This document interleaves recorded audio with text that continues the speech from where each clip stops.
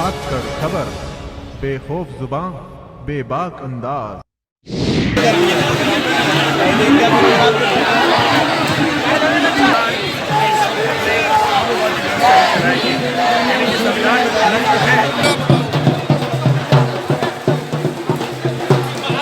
देखो, लड़ाई अधिकारों की है और अधिकारों की लड़ाई में किसी को निमंत्रण पत्र नहीं भेजा जाता।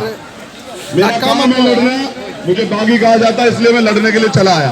और जब तक ये आंदोलन चलेगा, मेरा पूर्ण समर्थन है भीम आर्मी की तरफ से, और हम लोग डंडे और झंडे दोनों से लड़ेंगे। एक आखिरी बात, गला साफ नहीं करना है मुझे। हम जमीन के आदमी, जमीन की लड़ाई लड़ना जानते हैं। सरकार, तानाशाही सरकार जोर लगाए, 2 अप्रैल की तरह भारत एक नहीं 1000 बार बंद करेंगे। अगर हमारे अधिकार को छीनने का काम करेगा तो उसकी औकात दिखाने का हम उसे बहुत जल्द करेंगे। धाकड़ खबर में आपका स्वागत है। मैं हूं इकराम, इस वक्त जंतर मंतर पर हूं। मेरे पीछे आप देख ही रहे होंगे एक मंच सजा। रोज़ाना यहाँ पर प्रोटेस्ट काफ़ी चलते हैं, लेकिन ये जो धरना है बहुत खास है। आप लोगों को ध्यान से सुनना चाहिए। जिन लोगों से मैं बात करूँगा उनकी बातों को भी आपको ध्यान से सुनना होगा, क्योंकि ये वजह है, ये जो मुद्दा है ये जुड़ा हुआ है एक आम आदमी से, एक स्टूडेंट से, एक टीचर से, उसके आने वाले भविष्य से। 13.0 रोस्टर के नाम से एक प्रदर्शन यहाँ पर चल रहा है। अब ये 13 रोस्टर है क्या और 200 रोस्टर है क्या, जो बोर्ड पीछे लगा है जी, ये जो प्रदर्शन चल रहा है, सबसे पहले बताइए किस लिए चल रहा है और आप लोगों की डिमांड क्या है?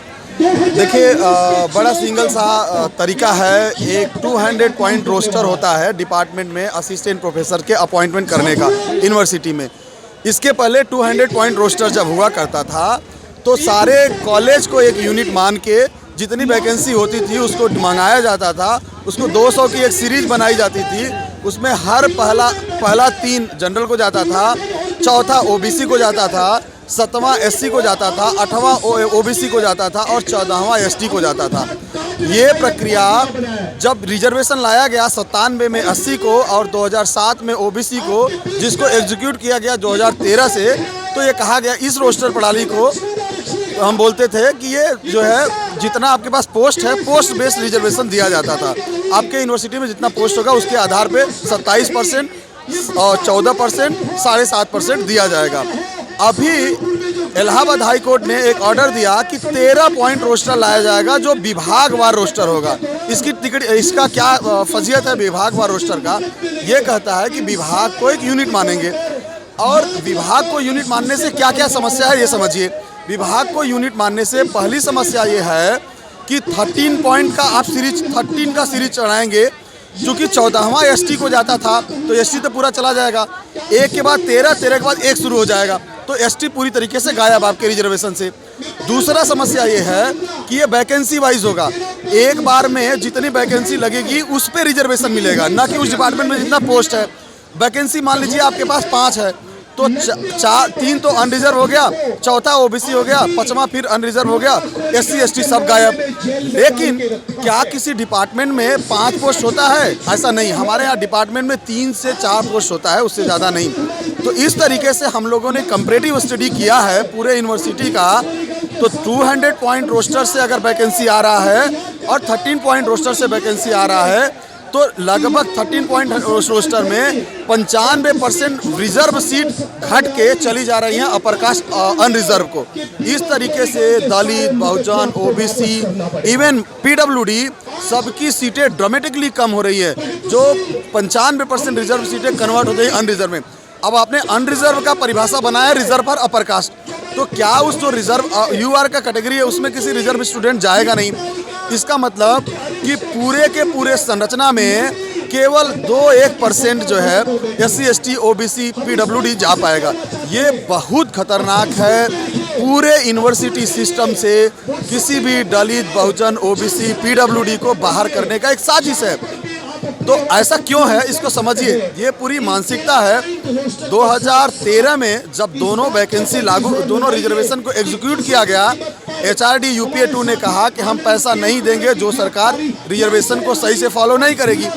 तो इन्होंने उसको एग्जीक्यूट ना करके परमानेंट अपॉइंटमेंट रोक के एडहाक पे काम चलाना शुरू किया और एडहाक पे सारे अपर कास्ट को, हमारे पोस्ट पे अपर कास्ट को भरना शुरू किया। अब जब अपर कास्ट के परमानेंट प्रोफेसर भी लगभग रिटायर हो गए हैं, 90 के बाद जो अपॉइंटमेंट हुए थे अब लगभग सब रिटायर हो रहे हैं, अब बहुत सारा खाली पोस्ट है तो उसको भरना है। अब उसको भरेंगे तो मजबूरन रिजर्व सीट को देना पड़ेगा। ऐसे में ये क्या साजिश कर रहे हैं कि रोस्टर सिस्टम को ही उलट दीजिए। उस रोस्टर सिस्टम के उलटने से ड्रामेटिकली चेंज होला। मैं आपको बता सकता हूँ कि इतना डाटा हमने रिसर्च किया है कि ऐसे ऐसे यूनिवर्सिटी हैं जहाँ 600 वैकेंसी हैं। अभी सेंट्रल यूनिवर्सिटी राजस्थान और हरियाणा यूनिवर्सिटी ने दिया है, अपना एडवर्टीजमेंट किया है, उसमें 600 सीट है, 800 सीट है और रिजर्व सीट कितने हैं? मात्र 2 1। देख रहे हैं कितना साजिश है।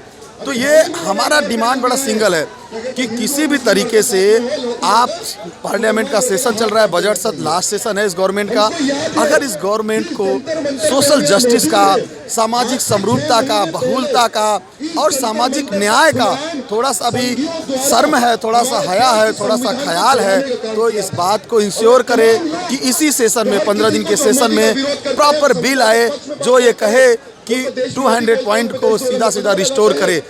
बताइए आपका क्या कहना है इस रोस्टर को लेकर? देखिए, ये एक सोशल जस्टिस का मामला है और इसमें आरक्षण को जिस तरह से अप्रत्यक्ष रूप से ख़त्म करने की कोशिश की जा रही है, जिसमें आप देखिए कि नियुक्ति में पहले 200 पॉइंट रोस्टर का चल रहा था, उसको हटा करके उसको रिस्टोर करने की हम लोग मांग कर रहे हैं। इलाहाबाद हाईकोर्ट ने जब ये जजमेंट दिया था कि 13 पॉइंट रोस्टर को लागू किया जाए, इसके खिलाफ सुप्रीम कोर्ट में जब अपील दायर की गई थी, SLP जिसको बोलते हैं, SLP दायर करने के बाद पहले 5 जजों की बेंच ने इसको पास किया था जब 200 रोस्टर था, लेकिन 2 जजों की पीठ ने इस 13 पॉइंट रोस्टर को लागू करने के लिए लागू करने के लिए बोला। 13 पॉइंट रोस्टर में क्या होता है कि पहला 3 सीट जो है जनरल कैटेगरी को, हाँ, चौथा को, उसके बाद आठवां जो है वो जाएगा ओबीसी को, फिर आपको 12वां सीट ओबीसी को जाएगा, 7वां सीट जो है SC कैटेगरी को जाएगा और 14वां सीट जो है ST को जाएगा। 13 पॉइंट रोस्टर में आप देखेंगे कि अगर 13 पॉइंट रोस्टर को लागू किया जाएगा तो अगले 300 सालों तक ST को कभी नौकरी मिलेगी ही नहीं। ठीक है, अगर उस हिसाब से चलेगा तो यहाँ पे ST के लिए तो कोई जगह ही नहीं है। ओबीसी, अगर ओबीसी को दिया जाएगा 13 में सिर्फ 3 सीट आपको रिजर्व कैटेगरी को जाता है, बाकी जो है 9 सीट जो है 9 सीट जो है यूआर को जाता है। ठीक है, हाँ, इसको एक तरह से आप कह सकते हैं कि अप्रत्यक्ष रूप से नॉलेज प्रोडक्शन के सिस्टम में इसको बेदखल करने की कोशिश की जा रही है कि किसी तरह इनको बेदखल कर दो, क्योंकि हमारे लोग जो है, चाहे ये लोग पढ़े लिखे मिले लेकिन नौकरी से इनको वंचित किया जाए। हाँ, पढ़ाई लिखाई होने के बावजूद भी नौकरी नहीं मिलेगी। तो आपको ये पता है, होना चाहिए, मतलब हम सबको ये पता है कि इस तबके के लोग जो है इकोनॉमिकली सोशली बैकवर्ड होते हैं और जब इनको जॉब ही नहीं मिलेगी इस सिस्टम में तो वो फिर नहीं आएंगे और फिर वही 200 साल पुराने सिस्टम जो थे, किसी के यहाँ जाके काम करना, किसी का मलबा साफ करना, वही बिल्कुल बिल्कुल। तो आप क्या कहना चाहते हैं? मेरा ये मानना है कि ये लड़ाई रोजगार की लड़ाई है। आज का सारा नौजवान हो, चाहे पढ़ाने वाला व्यक्ति एडॉक हो, गेस्ट हो, एसओएल में पढ़ा रहा हो, उसके लिए रोजगार एक सबसे बड़ा सवाल है, जिसको सरकार ने डाइल्यूट करने के लिए 13 पॉइंट रोस्टर लाए, क्योंकि वो अच्छे से जानते थे कि अगर वो इस तरह की व्यवस्था लाएंगे तो जनता आक्रोश में आ सकती है। और वहीं दूसरी ओर उन्होंने जनता को मनाने के लिए 10% रिजर्वेशन सवर्णों को दिया ताकि उनको वहाँ से वोट मिले, क्योंकि वो अच्छे से जानते हैं कि जनता बहुत ज़्यादा जागरूक हो चुकी है। हाँ, ये एक मल्टीपल अटैक है एजुकेशनल इंस्टीट्यूशंस के ऊपर, एक मल्टीपल अटैक है एजुकेशनल इंस्टीट्यूशन के ऊपर, जिसमें आप एक चीज़ से नहीं संभल पा रहे हो, उतने में दूसरी चीज़ आ रही है, चाहे वो 10% रिजर्वेशन हो, एडॉक को ख़त्म करना हो, कॉन्ट्रैक्ट बेस पे लाना हो, या फिर 13 पॉइंट रोस्टर को लाना हो। इसमें हम जैसे लोग जो मार्जिनलाइज सेक्शन में आ रहे हैं, जो फर्स्ट डिवीजन भी लेकर आ रहे हैं, तब भी उनको नौकरी ना मिलना, उनके रिप्रेजेंटेशन को ख़त्म करने की कहीं ना कहीं एक साजिश है। और इसी साजिश को नाकामयाब करने के लिए हम सब लोग आज इस जंतर मंतर पर इकट्ठे हुए हैं कि सरकार के पास अभी भी वक्त है कि वो इस बात को समझे और अपनी रणनीति में सुधार करे। मैं बस इतना ही कहूँगी। तो देखिए, इनका कहना है कि एक तरफ 10% को खुश करके बाकी की जनता को किस तरह से ये लोग नाराज़ कर रहे हैं, क्योंकि 10% रिजर्वेशन जनरल को देकर बाकी की जितनी कास्ट है उनके साथ किस तरह से दोहरी नीति अपनाई जा रही है। क्वेश्चन एक्चुअली 200 पॉइंट का जो भी रोस्टर है लाया गया, 13 पॉइंट का जो पॉइंट जो लाया गया है, ये यूनिवर्सिटीज़ को जनेऊधारी यूनिवर्सिटी बनाने के लिए एक स्ट्रक्चरल प्रोसेस है। संरचनात्मक तरीके से एक बहुजन समाज के लोगों को डिस्क्रिमिनेट करना और उनको यूनिवर्सिटी स्पेस से एलिमिनेट करना, पूरी तरीके से हटाना सोची समझी रणनीति के तहत हो रहा है। और सरकार, जैसे अभी हम लोगों ने विरोध किया तो जावड़ेकर साहब ने बोला कि वो रिव्यू पिटीशन डालेंगे या रिव्यू प्ली डालेंगे, वो लोगों को बेवकूफ़ बनाने के लिए है, क्योंकि ये सरकार का अप्रूव डिसीजन था। यूजीसी जो लेकर आई थी, सरकार ने उसको अप्रूव किया था, एमएचआरडी ने अप्रूव किया था, कोर्ट को उसमें ज़बरदस्ती डाला गया है जस्ट टू कंफ्यूज पीपल। सो ये सरकार का जो ब्राह्मणवादी चेहरा है वो सामने आया है। और ये जो बार बार ये बोल रहे हैं कि कोर्ट का डिसीजन है और कोर्ट रिव्यू प्ली डालना है, वो लोगों को बेवकूफ़ बनाने का एक मात्र उनका एजेंडा है।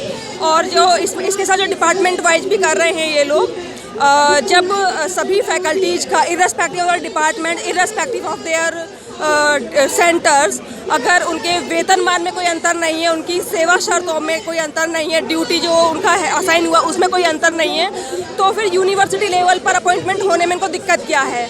ये भी एक फिर से उनका स्ट्रक्चर्ड वे में ब्राह्मणवादी जो व्यवस्था है उसको लेकर आने का है कि कम पोस्ट रहेंगी। सरकार की जो नीतियाँ थी, जो लोग इन पर आरोप लगाए जाते हैं कि ये सरकार नागपुर से चल रही है, वहीं की नीतियाँ ये सब पूरे यूनिवर्सिटीज़ और पूरे देश में लागू करना चाहते हैं। हाँ, और ये बेसिकली नागपुर से नहीं, ये पुणे से चल रही है। उनका जो उनका कोर टीम है वो पुणे से चल रही है, नागपुर को वो प्रोजेक्ट कर रहे हैं उस तरह से। सो ये बिल्कुल ये आरएसएस चला रहा है इस सरकार को। और आरएसएस जब बीजेपी का सरकार बना था उसी टाइम आरएसएस ने बोला भी था कि सरकार के कार्यों की हम समीक्षा करेंगे। तो आरएसएस कौन होता है सरकार के कार्यों की समीक्षा करने वाला? उसी से पता चलता है कि सरकार को चला कौन रहा है। बस ये बहुत अच्छा लगा, ये बहुत देश भर अब चर्चा होगा।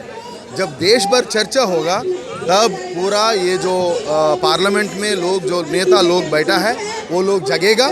वो लोग जगाने के लिए, उनको जगाने के लिए हम इतना ज़ोरदार से आज हमने इकट्ठा से सब SC ST OBC जितना भी लोग हैं, और उसके साथ दिल्ली यूनिवर्सिटी टीचर्स एसोसिएशन, अब सारे JNU teachers association, Jamia teachers association, सब टीचर्स एसोसिएशन और पूरा देश का अंदर सब यूनिवर्सिटी में ये प्रोटेस्ट चल रहा है। अभी ये यहाँ पे रोकने वाला नहीं है। हम जब तक 200 पॉइंट रोस्टर पॉइंट को लागू करेगा स्पेशल बिल लेके पार्लियामेंट में, तब तक हम लड़ाई करता रहेंगे। बहुत बहुत शुक्रिया। तो सभी का कहना है कि जब तक 200 पॉइंट रोस्टर लागू नहीं किया जाएगा, जिसमें पुराने में भी खामियां थी, उसे सुधार के एक नया बिल नहीं लाया जाएगा, ये 13 पॉइंट जो रोस्टर है उसके खिलाफ लोग सड़क पर उतरते रहेंगे। और आज भी पूरे देश के तमाम यूनिवर्सिटीज़ और कॉलेज स्टूडेंट सभी स्ट्राइक पर, धरने पर बैठे हैं, लेकिन मेन स्ट्रीम मीडिया इस मुद्दे से बहुत दूर है। जी, आपका नाम? जुगल किशोर चौधरी। कहाँ से आए हैं? सागर यूनिवर्सिटी। अच्छा, क्या कहना चाहते हैं इस रोस्टर प्लान को, जिस तरह से सुप्रीम कोर्ट ने ऑर्डर दिया है और सरकार इसको ला रही है, क्या कहना है इस पर? नहीं, ये सरकार की सबसे बड़ी चालाकी है, इसे सफलतापूर्वक उसने ला दिया है। ये षड्यंत्र है हम लोगों को उच्च शिक्षा में रोकने का।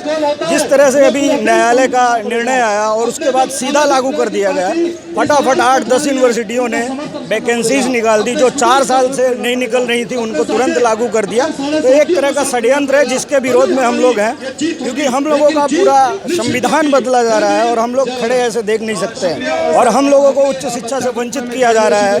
अब इस रोस्टर की वजह से हम लोग कभी उच्च प्रोफेशन में नहीं आ पाएंगे। MPhil PhD करके भी हम प्रोफेसर नहीं बन सकते, सहायक प्रोफेसर नहीं बन सकते। तो ये इसका विरोध करने के लिए हम यहाँ सब एकत्रित हुए हैं। और 200 पॉइंट रोस्टर जो पुराना था, जिसमें संविधान के अनुसार सबको बराबर की भागीदारी थी, उसमें सहभागिता थी, उसको हम लोग लागू करने का, फिर से लागू करने का के विरोध में यहाँ पे, समर्थन में, विरोध में। आप चाहते हो पुराना जो प्लान था उसे लागू किया जाए दोबारा? हाँ, बिल्कुल ज़रूर से किया जाए, क्योंकि वही एक जरिया है जिससे हम लोग वहाँ पे पहुँच सकते हैं। वो प्रोफेशन, वो बराबर हिस्सेदारी की बात करता है और उसके द्वारा हम वहाँ तक पहुँच सकते हैं।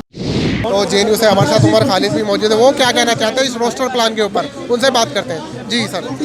देखिए, ये सरकार का आखिरी तोहफा है समाज के वंचित लोगों के लिए, कि अब जो बचा कुचा उनके अधिकार है वो भी उनसे छीन लिए जा रहे हैं, और उनकी मनवादी सोच को दिखाता है, जो जिसके अनुसार जिसकी जहाँ पैदाइश है उसका वो स्थान होगा। तो वो उनका पुराना RSS का, भाजपाइयों का विरोध रहा है आरक्षण के लेके, कि दलित, वंचित, आदिवासी, पिछड़े, अति पिछड़े महिलाएं शिक्षा में आए, शिक्षा प्राप्त करें, उसके उनके विचारधारा के लेवल पर उसके खिलाफ है। आपको नहीं लगता ये सरकार के जो लोग थे पहले फिजिकली अटैक कर रहे थे सड़कों पर मॉब लिंचिंग के द्वारा, अभी प्रोफेशनलिज्म पे आ गए हैं? ये दोनों चीज़ें मिली हुई हैं। कुछ चीज़ें जो फिजिकली करते हैं, कुछ चीज़ें जो नीतिगत तौर पे करते हैं, पॉलिसी लेवल पे करते हैं। और अगर उसके बावजूद भी कुछ लोग उस सबको पार करके भी आ जाते हैं, जैसे रोहित वेमुला या नजीब अहमद, तो उनको हिंसा करके उनको बाहर धकेल दिया जाता है। तो ये इनका पूरा जो मशीनरी है, तो ये नहीं चाहते कि दबे कुचले लोग ऊपर आए, कुछ बने, कुछ समाज में कुछ जब देश में संविधान लागू हुआ था तो आरएसएस ने उसका विरोध किया था और बोला था कि हमको मनुस्मृति चाहिए, संविधान नहीं चाहिए। मनुस्मृति के आधार से जहाँ आपकी पैदाइश है वहाँ आपका जगह तय करेगा स्थान समाज के अंदर। ये समस्या है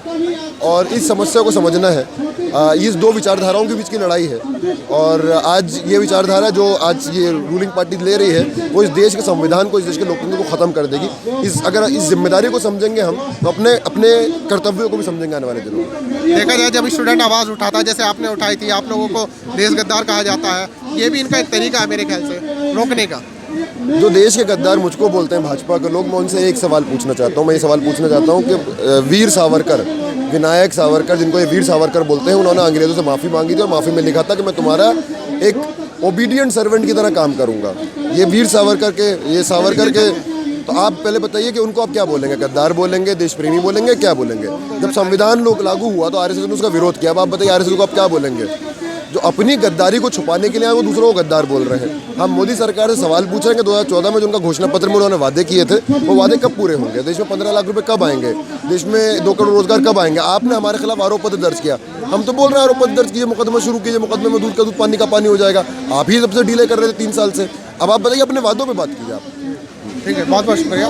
तो ये तो उमर खालिद, इन्होंने भी इस पर अपनी पूरी राय रखी कि ये जो रोस्टर प्लान है ये पूरी तरह से दबे कुचले समाज को ऊपर आने से रोकना है, क्योंकि अगर ये लोग ऊपर आ जाएंगे किसी तरह से तो इनकी जो दुकानें हैं वो बंद हो जाएंगी और जो सरकार की जो नीतियों पर लोग सवाल उठाते हैं वो नहीं उठा पाएंगे।